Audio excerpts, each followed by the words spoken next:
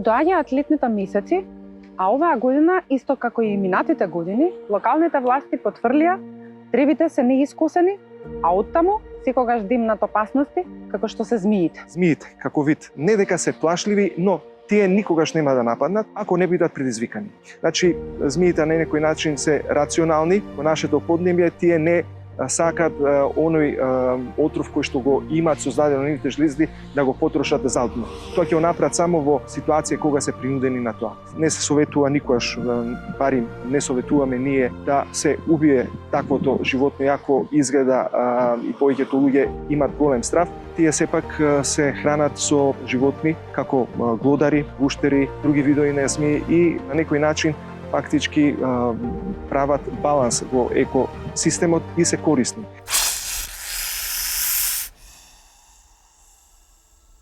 Змиите се еден вид кој што е широко распространет низ целата планета Земја. Ги има преку 3000 видови, но само помал дел, околу 10% се отровни. 375 вида проценето дека се отровни. Сите змии во светот се распределени во отприлика 12 семејства или фамилии, но не сите се отровни. Најбитни се 5, од кои што некои можеме да ги споменеме, кои што се позначајни од аспект и на човекот или како големина или како појава. Едната фамилија се боиди, другата фамилија се елапиди, третата фамилија, да кажеме, која што е позначајна се виперидите и уште една група која што кај нас и ја нема, но е светски позната, морските змии и така натаму. За среќа од сите тие, да кажеме, фамилии, само неколку се застапени во Македонија. Познати се 16 вида на змии. 11 вида се смокови, кои што се најчести и фактички смоковите како фамилија се 3/4 од сите видови змии во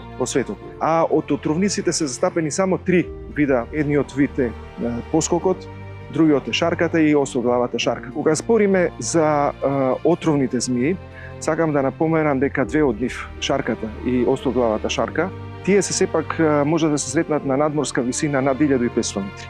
Додека поскокот е оној кој што може да се најде и во урбана средина. Не во типична урбана средина, туку на границата каде што урбаната преоѓа во шумска средина или нешто слично.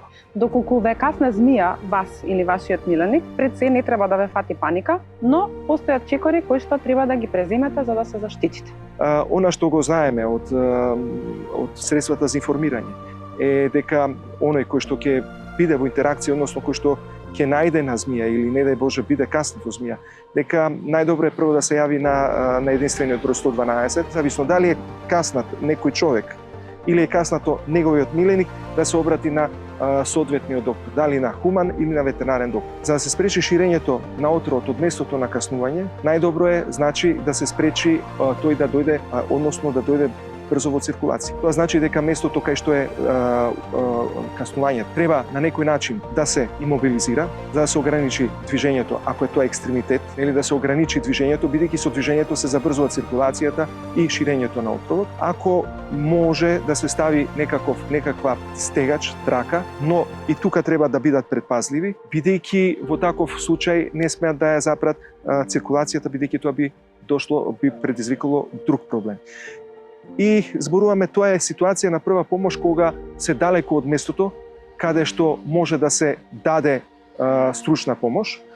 И зборуваме за постапка кој што може да ги направат собствениците на животното, се додека не дојдат во клиниката, ветеринарната амбуланта, каде што може да биде соодветно третирано животното.